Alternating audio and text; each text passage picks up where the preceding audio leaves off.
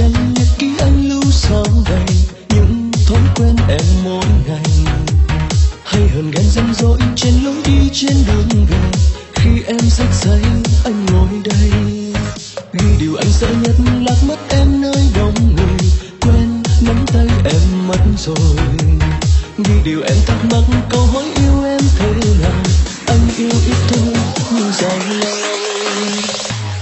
Ít thôi nhé không nhiều, vì từng chiều thường hay đưa đón em đến tương lai sẽ thương như hiện tại.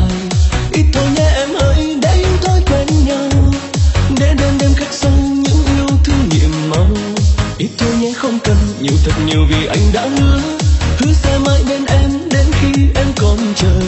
Ít thôi nhé em hỡi mới biết lúc xa nhau, chỉ mong sao chữ đâu sẽ trôi qua thật lâu.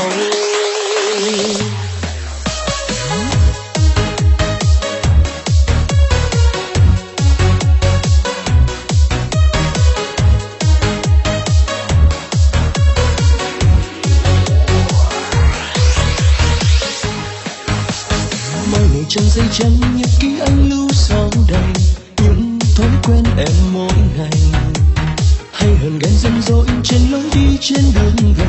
Khi em giấc say anh ngồi đây, ghi điều anh sợ nhất lạc mất em nơi đông người, quên nắm tay